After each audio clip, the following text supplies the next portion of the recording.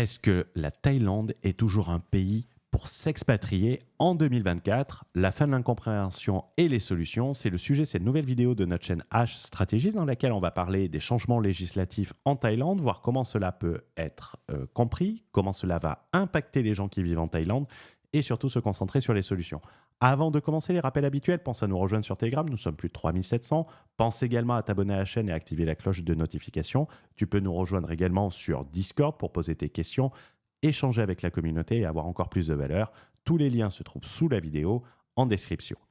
En guise d'introduction, il faut savoir que la Thaïlande, comme tout pays à fiscalité territoriale, a attiré beaucoup de gens avec de fausses croyances, notamment de fausses croyances fiscales. Nous avons déjà fait un tas de contenus sur ce sujet que je t'invite à regarder, notamment la nécessité de faire la distinction entre revenus provenant de l'étranger et revenus provenant d'une société étrangère dont l'exploitation se situe en Thaïlande. Le 1er janvier 2024, il faut savoir que la législation a changé, avec toujours une catégorie de travailleurs qui peut bénéficier de l'ancienne exonération des revenus étrangers. Mais si je ne dis pas de bêtises et je mets un disclaimer, il me semble que cela ne concerne pas du tout les web entrepreneurs, que cela concerne notamment les cadres de très grosses sociétés qui sont soit cotées ou qui réalisent plus de 150 millions d'euros de chiffre d'affaires. Donc, ici, on va se concentrer sur la situation qui concerne les gens regardant cette vidéo, qui concerne les gens qui souhaitent s'expatrier avec une activité de freelance ou avec une activité de web entrepreneur.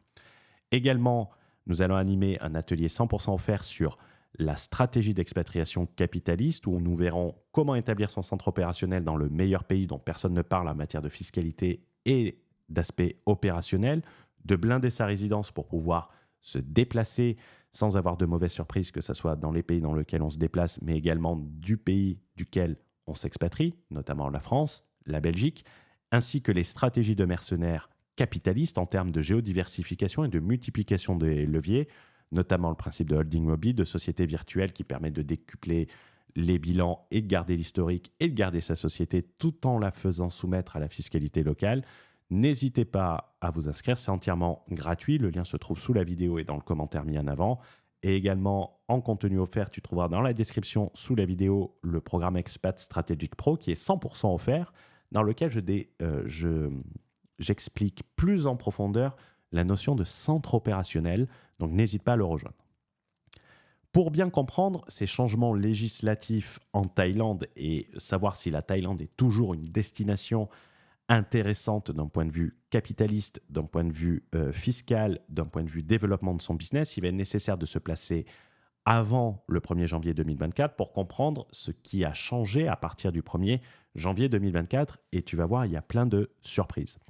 Il faut comprendre le système de fiscalité territoriale thaïlandais, même s'il est très souvent incompris et je vais y revenir dessus.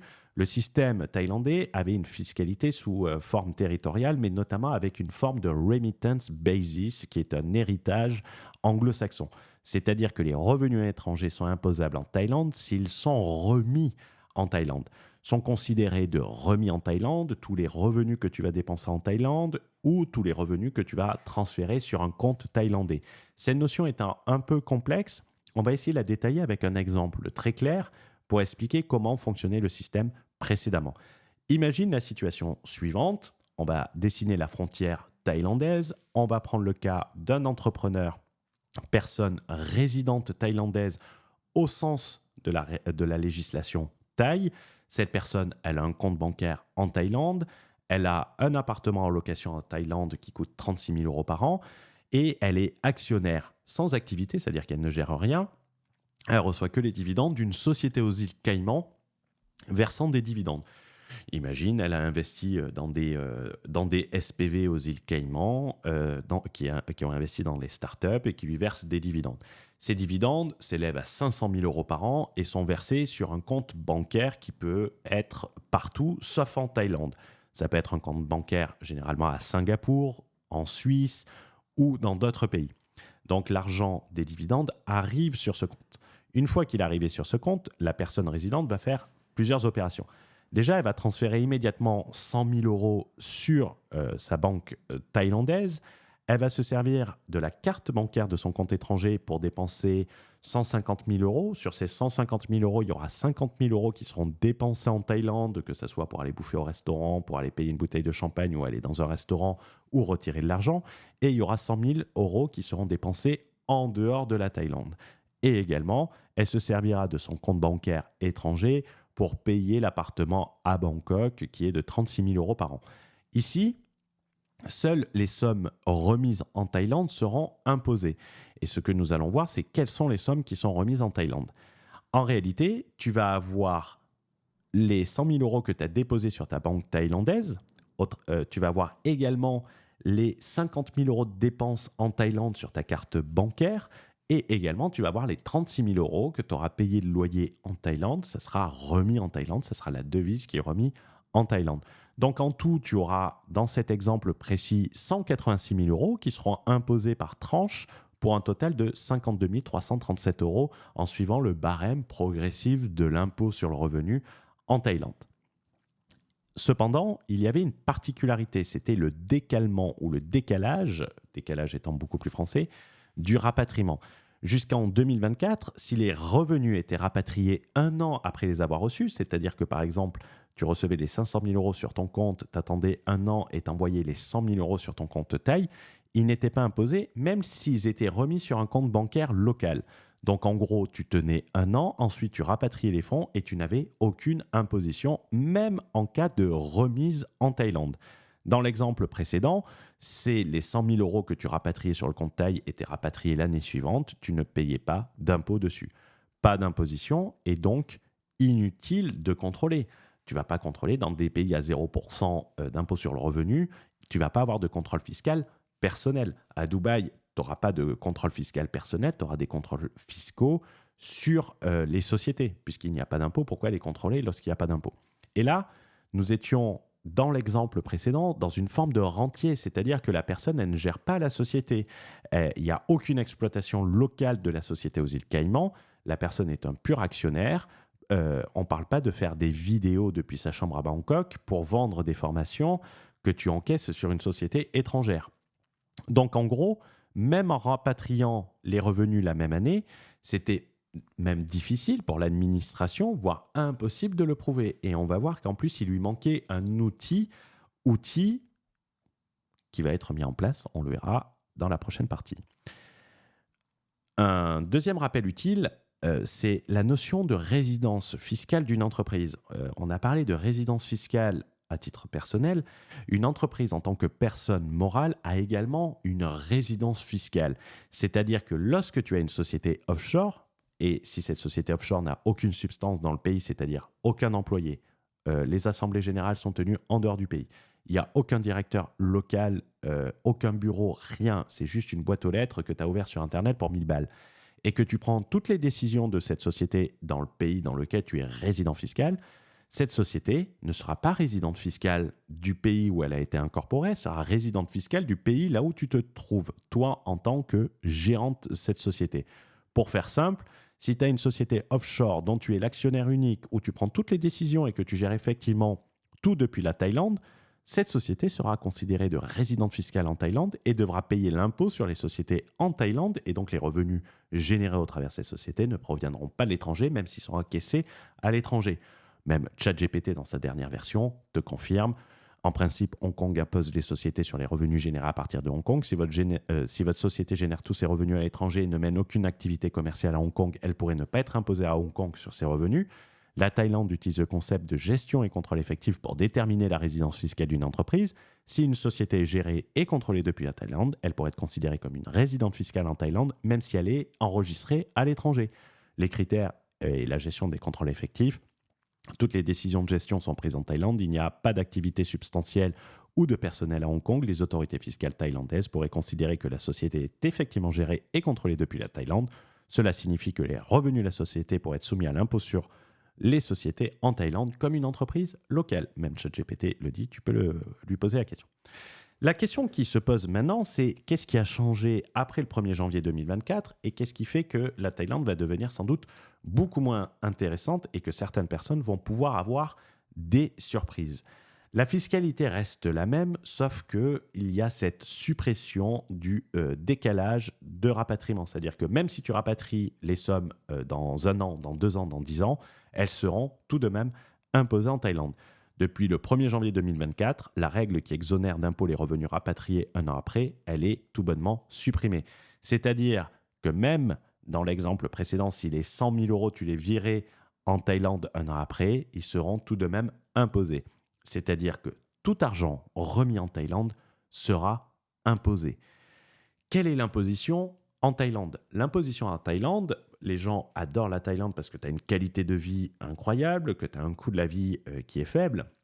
Mais ce coût de la vie faible a également un impact sur ton imposition, puisque l'imposition est basée sur ton train de vie, sur le train de vie local.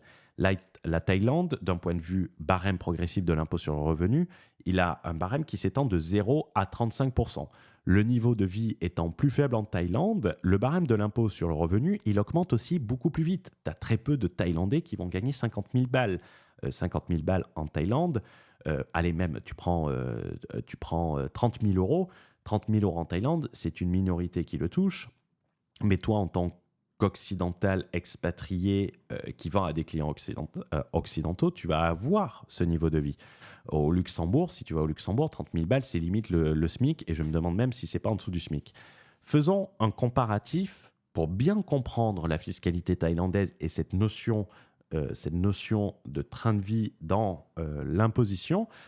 Donc, tu prends 10 000 euros par mois, qui est l'objectif premier sur Internet, généralement.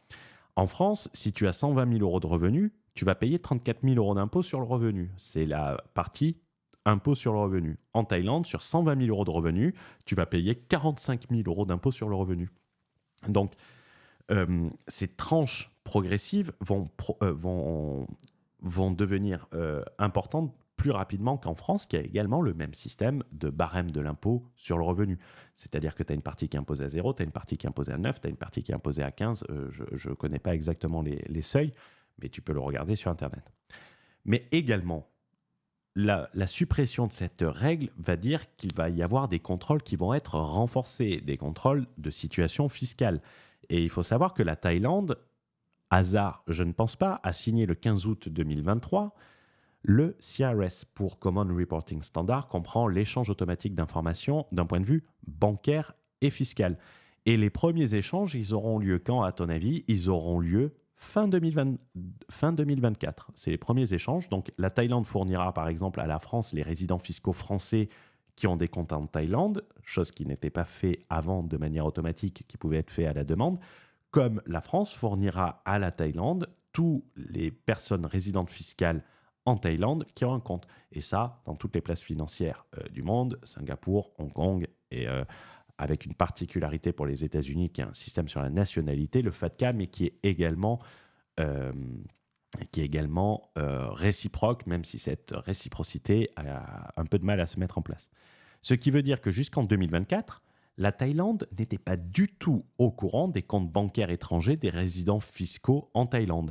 Et qu'à partir de 2024, date où elle change sa législation, elle recevra également l'ensemble des informations bancaires des personnes qui résident en Thaïlande. Concrètement, dans notre exemple, elle ne savait pas avant 2024 que tu avais un compte à Singapour, un compte Revolut, un compte en Suisse. À partir de 2024, elle sera au courant, y compris si vous dépensez en Thaïlande avec une carte étrangère, y compris les revenus qui remontent. Et là, elle pourra effectuer des contrôles beaucoup plus facilement puisqu'elle aura l'information. Elle sera également au courant des revenus d'activité de ceux qui sont sous des visas qui ne permettent pas de travailler en Thaïlande. Pensez également à cette exposition puisque beaucoup de gens sont partis en Thaïlande sur des visas qui ne permettent pas l'exercice d'une activité économique depuis la Thaïlande, qui sont plus des visas de retraités. Également, un petit rappel utile sur les pénalités de fraude fiscale en Thaïlande, car en tant qu'entrepreneur, on doit agir en perte acceptable. La perte acceptable est une capacité entrepreneuriale qui doit permettre de juger le risque et savoir si on le prend. C'est-à-dire accepter un certain degré de risque par rapport aux actions qu'on prend. Si demain, tu sais que le risque il est faible et que le gain est plus important, tu te doutes bien que tu vas accepter de prendre le risque. Si demain, le risque il est énorme pour un gain faible, tu ne vas pas accepter de le prendre. Pour savoir si cela correspond à une perte acceptable par rapport aux personnes qui sont en Thaïlande, le montant des pénalités en cas de fausse déclaration en Thaïlande est de 100% de l'impôt fraudé. Simple, efficace et pas cher. Donc tu rembourses l'impôt et on te met une pénalité de 100%. Dans l'exemple, nous avons vu que pour 120 000 euros de revenus, tu dois payer 45 000 euros d'impôt en Thaïlande. Si tu ne le fais pas, tu devras payer 45 000 euros d'impôt que tu devais payer, mais en plus, tu auras une pénalité de 100%, donc tu auras 90 000 euros d'impôt sur 120 000 euros de revenus. Taux d'imposition à 75% à la François Hollande sur l'ensemble des revenus et pas uniquement sur les revenus au-delà d'1 million d'euros. Cependant, il est important de le préciser, la pénalité sera réduite de 50% si tu coopères avec les autorités fiscales. Donc, si tu as des situations un peu tendancieuses, coopère, ça te fera une économie. Ici, l'économie serait de 45 000 euros divisé par 2, donc 22 500 euros. Et tu as également des peines de prison qui vont de 3 mois minimum jusqu'à 7 ans maximum selon le degré, la récurrence et ce que tu as fait pour frauder. Donc, de cette manière, tu as tous les éléments et tu juges si c'est une perte acceptable ou non. Parlons maintenant des solutions et j'ai envie d'introduire cette notion de solution antifragile lorsque tu vas t'expatrier et t'expliquer pourquoi tu dois faire attention à cette stratégie. Car sur Internet, on a l'impression que les gens aiment reculer pour moins bien sauter. Reculer pour mieux sauter, ça serait plus reculer pour moins bien sauter. Nous en avons parlé à plusieurs reprises. Baser une stratégie sur une faille ou un certain laxisme est une vision court terme qui est contraire au principe de l'enrichissement de l'entrepreneur. L'entrepreneur, pour s'enrichir massivement, a besoin d'une durée longue. Une stratégie d'expatriation, elle doit te permettre d'atteindre ton but le plus rapidement possible. Mais qui dit le plus rapidement possible, dit que si ça te prend 7 ans dans un pays et que ça te prend 5 ans dans un autre pays, tu as gagné en matière de rapidité. Mais dans tous les cas, tu ne deviendras pas riche en 30 jours chrono, tu auras besoin de plusieurs années. Et lorsque tu as besoin de plusieurs années, tu as besoin de te concentrer sur la stabilité, sur la vision et d'avoir tout prévu dès le départ. J'avais fait une vidéo il y a très longtemps, ça doit être en 2021, sur la Géorgie, le pays d'Europe centrale, qui était vendu en 2020 sur des vidéos sur Internet. Allez ouvrir un compte en Géorgie, il n'y a pas d'échange automatique d'informations bancaires, vous risquez rien. Résultat, 2 ans après, la Géorgie a signé le CRS et procède à l'échange automatique d'informations. La stratégie antifragile, d'un point de vue expatriation, c'est vraiment déterminer un centre opérationnel. Le centre opérationnel, ça va être tes besoins, ton niveau business et également ton ambition. Si tu as une petite ambition, ton centre opérationnel ne devra pas être le même. Mais tu dois également choisir ce centre opérationnel par rapport à un centre de loisirs, que ce soit pour des raisons de sécurisation, de mobilité et d'avantages. Et tu dois conserver les centres de loisirs comme des centres de loisirs. Une destination qui est une superbe destination à vacances n'est pas forcément un bon centre opérationnel d'un point de vue entrepreneurial pour s'enrichir le plus rapidement possible. Et rappelez-vous, l'économie d'impôt n'est pas un levier suffisant pour accélérer son enrichissement. La temporalité capitaliste, pour bien la comprendre, faisons-la sur une ligne. Imaginons que c'est la vie d'un capitaliste qui veut atteindre la liberté financière, la position du vachier. En réalité, tu vas avoir 2 phases. La première phase, ça va être la phase de capitalisation. Et c'est là que tu vas te concentrer sur les meilleurs outils pour créer du capital. Et c'est ce capital qui va te fournir cette liberté. Ce n'est pas le fait de travailler sur un ordinateur et de tapiner sur Internet qui va te permettre d'avoir cette liberté. Tu es juste un travailleur, un prolétaire, au sens de Karl Marx.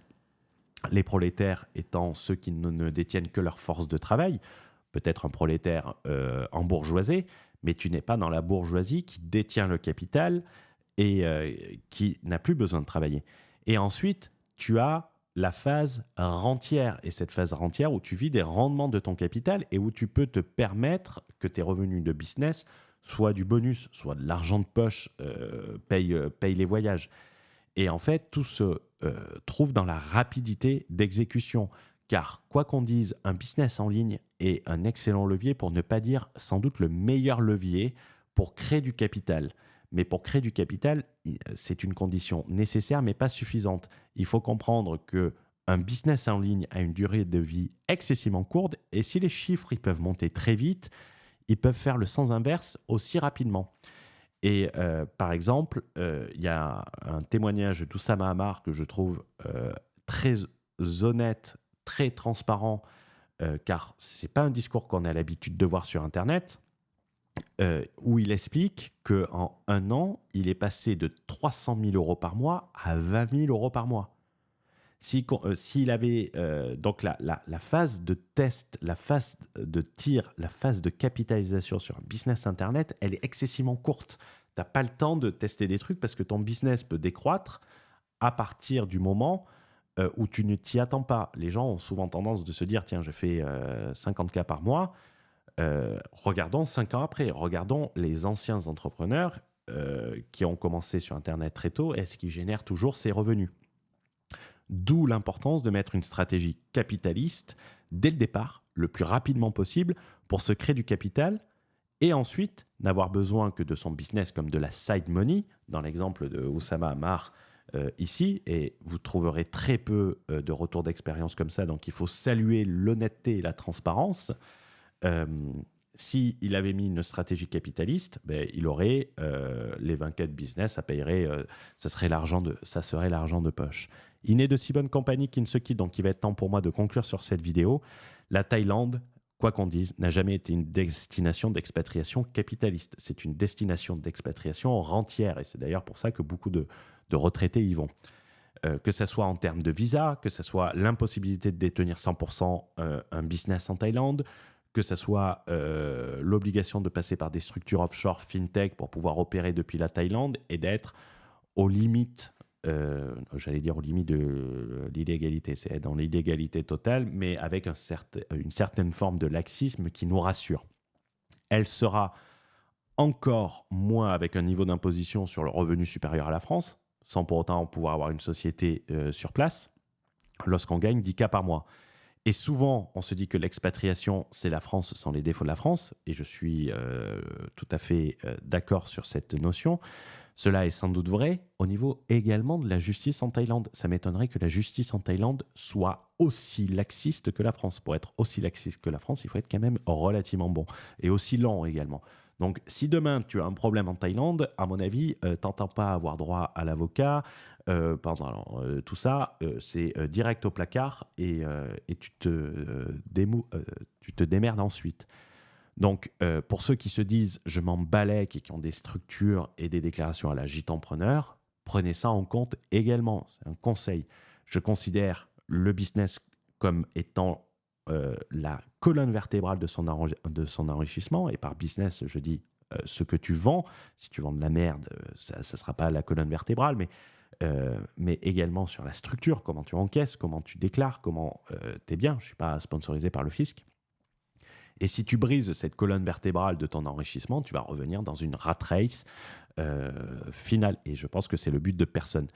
C'est à la même manière, grosso modo, si on faisait une métaphore et que demain tu partes en vacances avec toute ta famille, ta femme et tes 2 enfants, tu ne vas pas partir avec une voiture avec 4 pneus lisses qui sont à la limite de l'explosion, avec une voiture pas révisée, sans plaquette de frein et sans rien. Mais en fait, c'est exactement pareil dans ton parcours capitaliste. Tu veux t'assurer que ton business est inattaquable, que quand tu vas en avoir besoin, il sera là. Mais c'est comme l'image de la voiture. Prendre soin de son business et de sa situation personnelle, c'est pas jouer les moralisateurs, mais c'est justement faire preuve de réalisme. Je reprendrai une phrase en la modifiant un peu. Je connais de vieux entrepreneurs et je connais des entrepreneurs excités qui font n'importe quoi, mais je ne connais pas de vieux entrepreneurs excités qui ont fait n'importe quoi. Pour aller plus loin, tu trouveras le lien pour t'inscrire à l'atelier stratégique gratuitement sur l'expatriation capitaliste. Et également, je te partage les 5 erreurs pour être pauvre au travers d'une expatriation, les 5 erreurs que les gens ne voient pas. Je vous souhaite une bonne journée, je vous souhaite une bonne soirée et on se retrouve très prochainement pour un autre contenu. N'oublie pas de lâcher un like pour le référencement, ça te prend 1 seconde, mais ça nous aide énormément. Ciao, ciao!